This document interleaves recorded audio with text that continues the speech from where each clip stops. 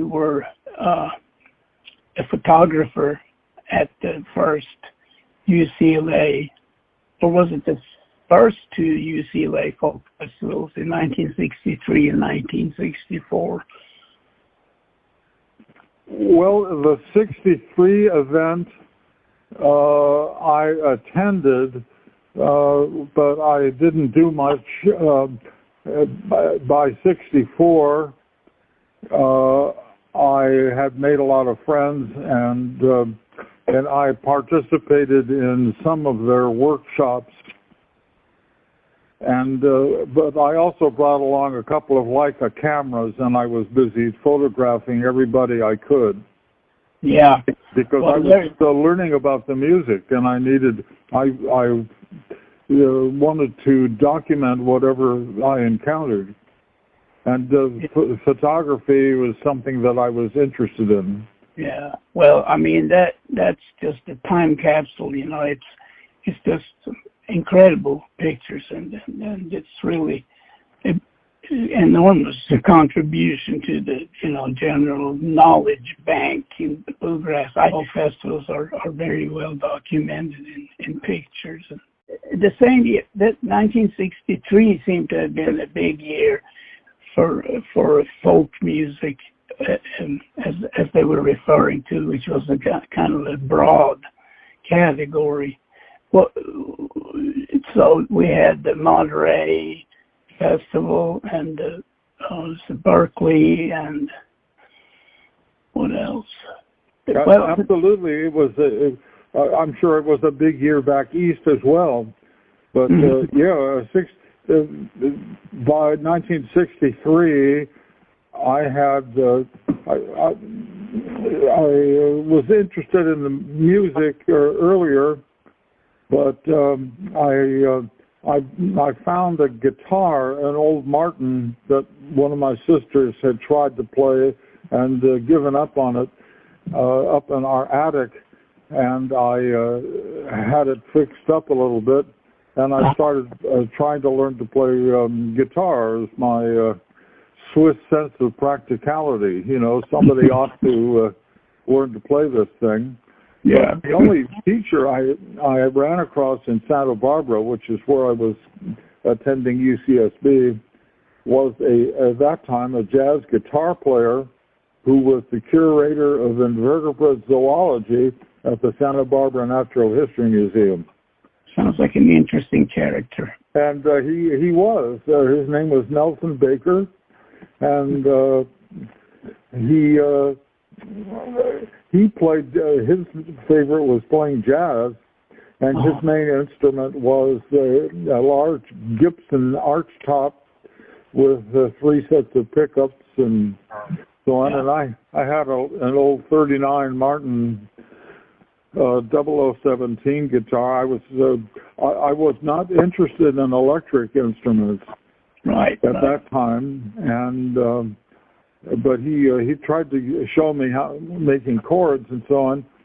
But when I asked him, for example, about country music records, he hadn't heard them and didn't know what I was talking about. Yeah. And one of my adventures was I was going to UCSB, and I started in '58, and by 1961, I had majored in physics and mathematics because my father wanted me to become an engineer like he was. Yeah. But I didn't. I felt wrong about it, and I couldn't face it and say no, I'm not going to do it. But then it took me 3 years to figure out. All I had to do was not show up for final exams, and which is what I managed to do. And I got kicked out of UCSB, so I took a couple of years off, 61 and 62, and lived in Chicago for that period of time. Oh yeah, I saw some notes about you studying at the traditional music school. What do you call it? Chicago School of Traditional Music. It was the Old Town School of Folk Music in Chicago. That's right. That's right. which apparently is still thriving today with like more than a couple of thousand students. In those days, there were maybe 50 of us. Yeah. But among other people, when I got there, I found a man named Frank Hamilton, who was playing guitar and teaching, among other things, the Maybell guitar method of playing lead. And I had listened to Carter Family Records, and I loved their music. And here was someone who knew how they made it. And so I thought I had struck gold. And I also found, excuse me, a banjo teacher there by the name of Fleming Brown, who was a master of the clawhammer style of playing banjo. And I was able, I picked a seat at the back of Frank's class, and I could look through open doors across the hallway, and there was Fleming Brown's banjo class. And I was busy taking notes from both of the teachers and then going home and trying to practice as much as I could. That was my introduction. And when I got back to Santa Barbara, I was primed and ready to go, and I changed my major to biology, and that's what I got my degree in. But in the meantime, I was doing a lot of music. Yeah. So you attended the Berkeley Festival, I believe, in '63. Yes, I did. Yeah, and there is a lot of pictures. I have not found but one picture of the there might have been the Country Boys still, but the Kentucky Colonels. Yeah. Do you recall seeing them or taking any other pictures or anything? You remember them being there? Well, I remember them being there. I had met them through a club in Los Angeles and Hollywood called the Ash Grove. Yeah. And they hung out. That was one of their home bases there, under both names. And the White brothers, Clarence and Roland, and they had also another brother named Eric who played bass, but he didn't participate usually in their professional group. Right. But they were playing in Southern California. One of the first ways I heard of them was seeing a commercial on local LA TV from a man named Cal Worthington, who sold cars, and he sponsored a country music program as well called Cal's Corral, and they were often featured there. And so and then I had a band at that time called the Scragg Family, which played at the Ash Grove. And one of the people in that group, Kaisa Ullman, actually dated Clarence White for a while. What's the name again? What's the name again? Her name is Kaisa Ullman. Kajsa. Ohman. And later on, she got married to Jean McGeorge, so she changed her name to Kaisa McGeorge, but her performing name usually is still Kaisa Ullman. There's a man up in Berkeley he travels between Berkeley and Montana. He is working on a film about 40 minutes long on the Scragg family, which should be released in the next 6 months or so. Oh, really? There's very little, there's no video footage of our group.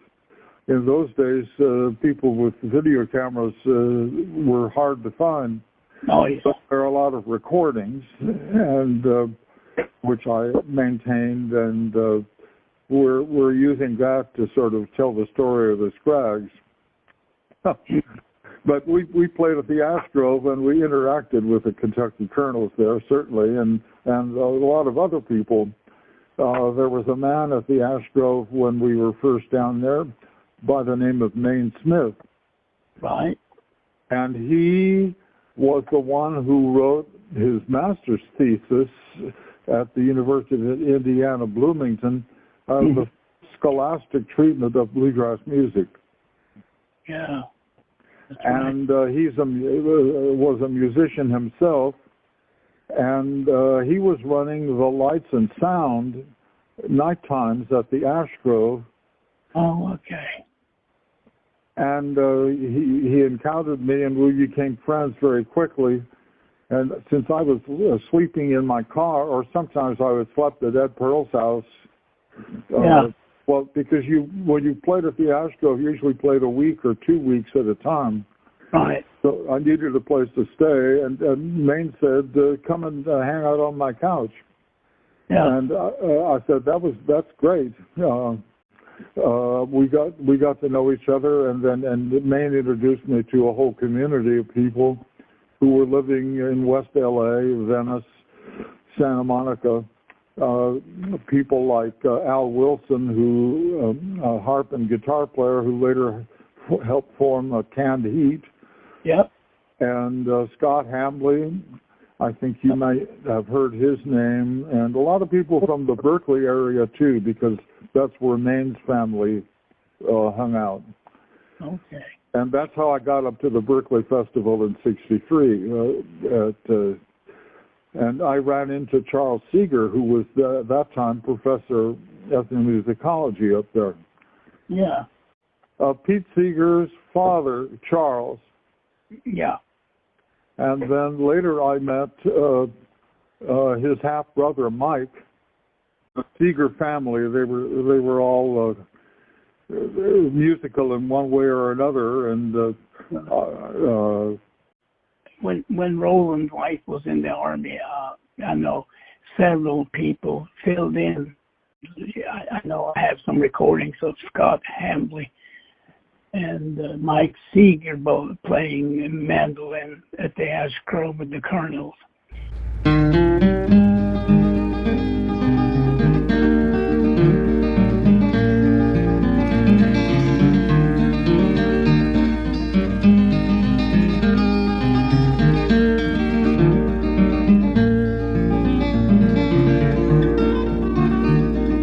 Way downtown, just a fooling around, took me to the gym. That's all me and it's all mine. No one to go my band. I wished I was down to my sweet Sally's house, sitting in that big armchair. One arm around this old guitar and the other one around my neck. Way downtown, just fooling around, took me to the gym. That's all me and it's all mine. No one to go my band.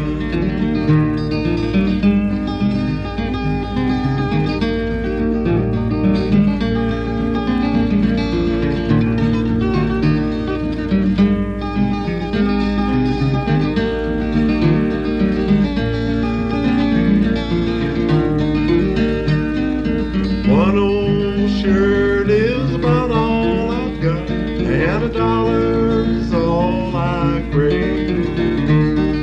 Brought nothing with me into this world, taking nothing to my grave. Way downtown, just fooling around, took me to the gym. Now it's all me and it's all mine. No one to go my band.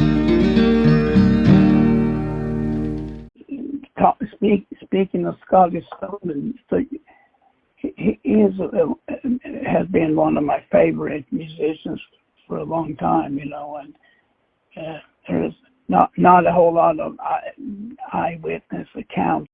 Yeah, he was. I think he was more well known back east, like Yeah. in the Washington D.C. area, and then towards Nashville. Yeah. I hadn't heard much of his music until he hooked up with the Kentucky Colonels. Right. I've heard a couple of things that he did, and I was really intrigued by him. Yeah. But in a way, sort of, I was put off originally because he tended to do very jazzy solos, which Right. At that time I was still listening to his father and Uncle Eck Dunford, who played fiddle in a whole different way. But, who was that name again? Uncle Eck. It's UNCLEECK and then DUNFORD. He was in a group, I think it was Stoneman's Mountaineers or whatever, and they made a few records for 78 labels in the back of the 20s. Yeah. Yeah. And the Stoneman family was sort of. I had a chance finally to meet June Carter, and I said, your family is sort of a royal family in country music, and I said the only family that comes close to that is the Stoneman family. Yeah. And they were both in different ways very instrumental in developing that musical sound. At some point, you said you were talking about the workshop, and that you had attended some in '63. Do you remember seeing Stoneman there? I remember his father, Scotty's father, Ernest, being there. Right. And Scott was there, but he was keeping sort of a low profile. Yes, I did hear him there, and I heard him play. And I enjoyed that. And then, of course, he went I guess that's when he ran into the Kentucky Colonels. Right. And they had him as their fiddle player for a few months. My turn now? No, it's not your turn. Right back over here on the fiddle. Oh, there he is. Ain't he cute? Here I am. Yeah. You've changed tonight. What happened? I was expecting something else. Like wow. Oh, is that right? Yeah. Okay. There's only one thing wrong with him normally. He's not doing it tonight. But when he was a baby, see, you get vaccinated when you're little. They used a phonograph needle on him and it stuck. 5 times national fiddle champion. Let's have a hand for Scott Stoneman.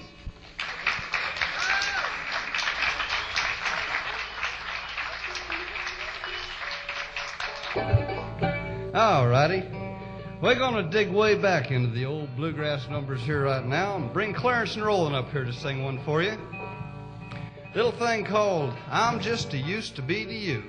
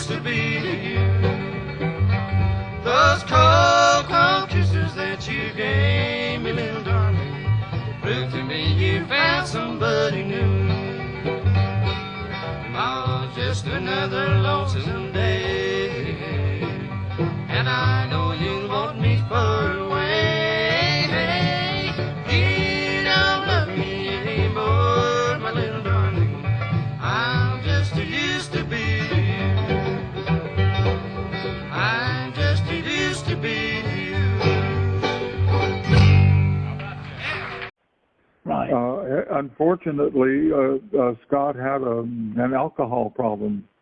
Yeah. Yeah. And I thought they sounded great together, but being a band leader myself, I understood the problems of having someone who drank to excess be part of a performing group. It becomes extremely difficult. Scott was raised in sort of a strict Baptist family setting. Yeah. And I believe he sincerely believed that his drinking was going to doom him to hell. And it scared him, and it made him drink more. He was trying to shake that fear, but it just made it worse.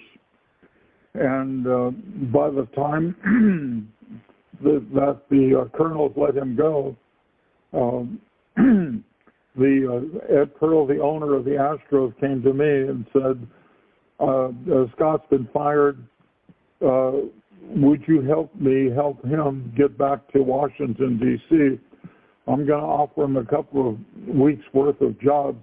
Would you play guitar for him as a duo to help him earn enough money back for his bus fare back east?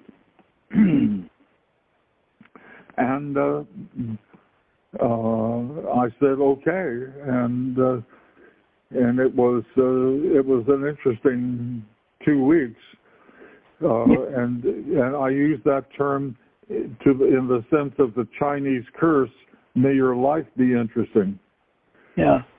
Because I had to get there early and try to sober Scott up enough so that we could go on stage, and we would run through his routines. Yeah.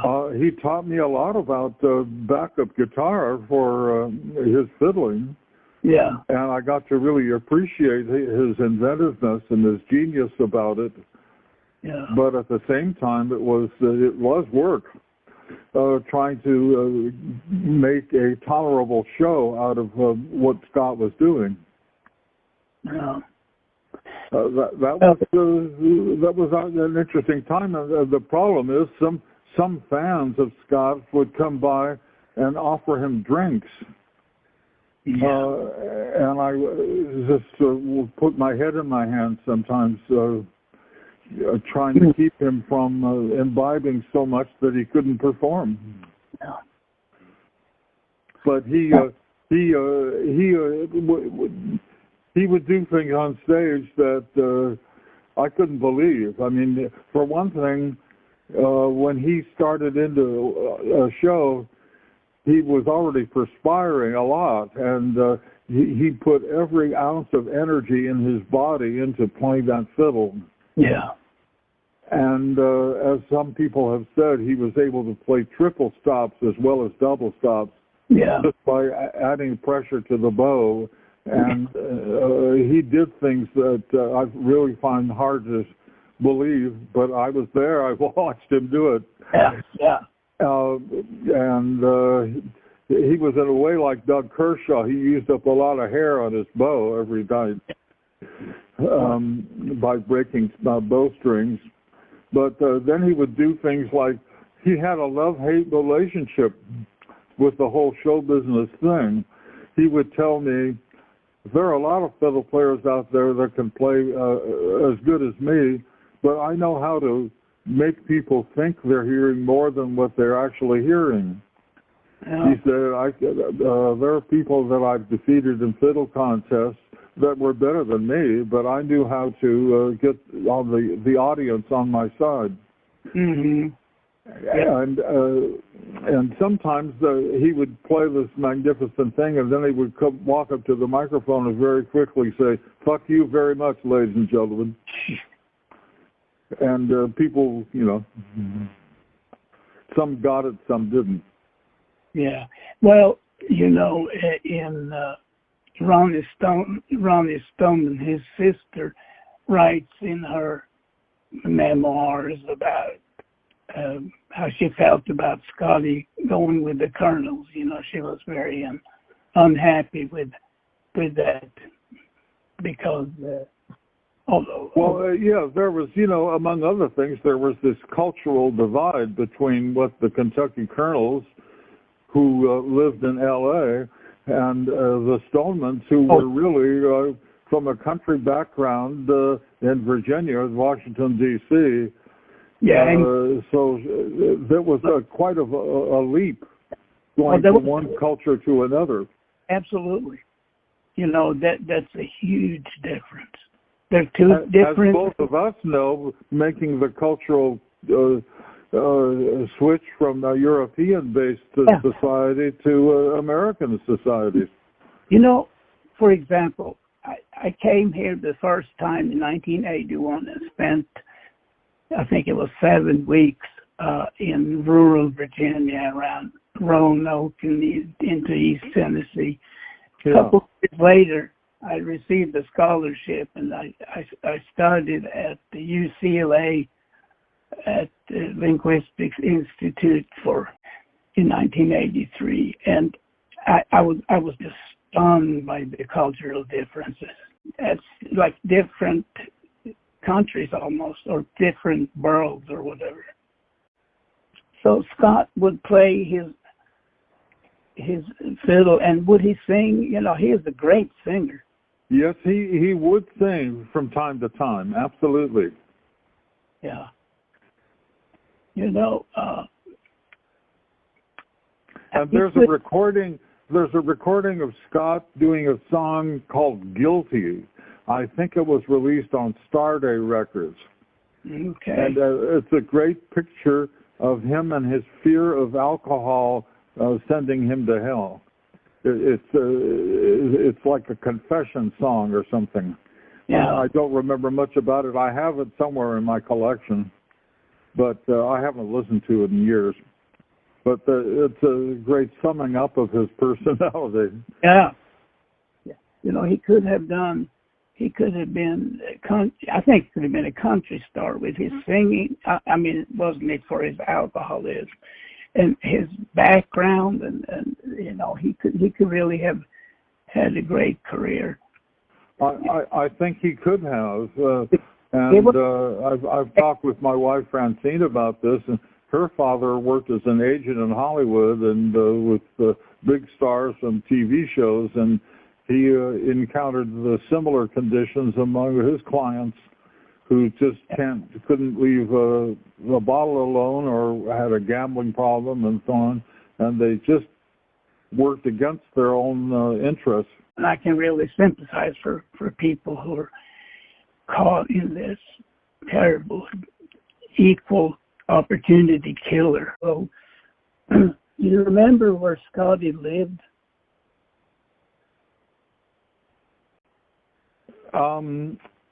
He may have been living with Ed,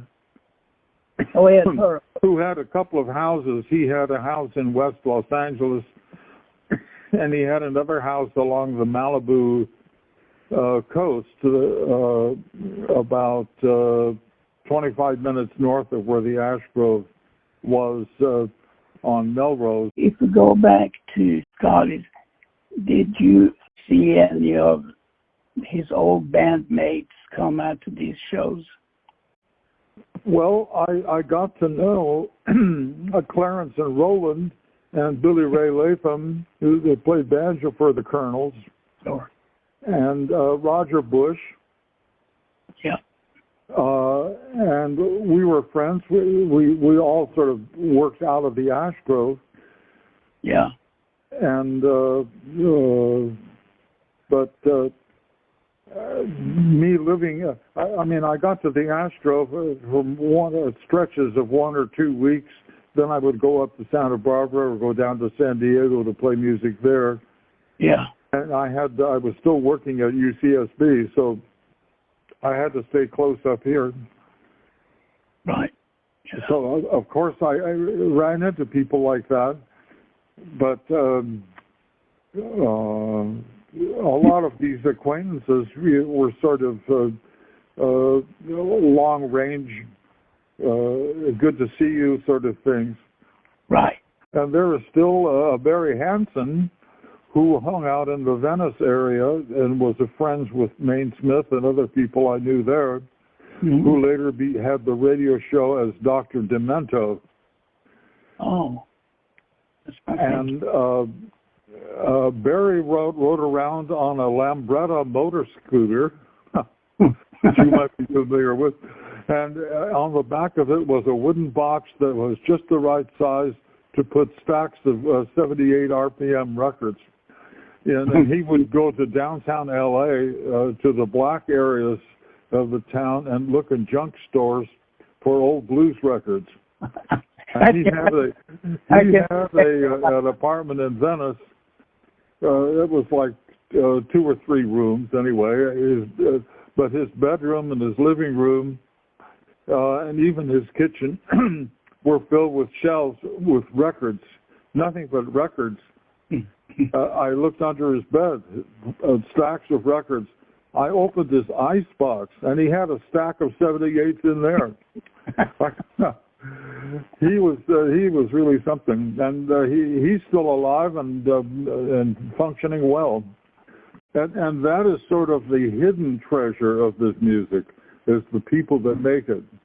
You could find some very nice people out there. And boy, we need all of them these days. Absolutely. Amen, brother. Call me when you feel like it again. Yes, of course. And you have a good day, all right? A good Saturday. Yes, you do too, my friend.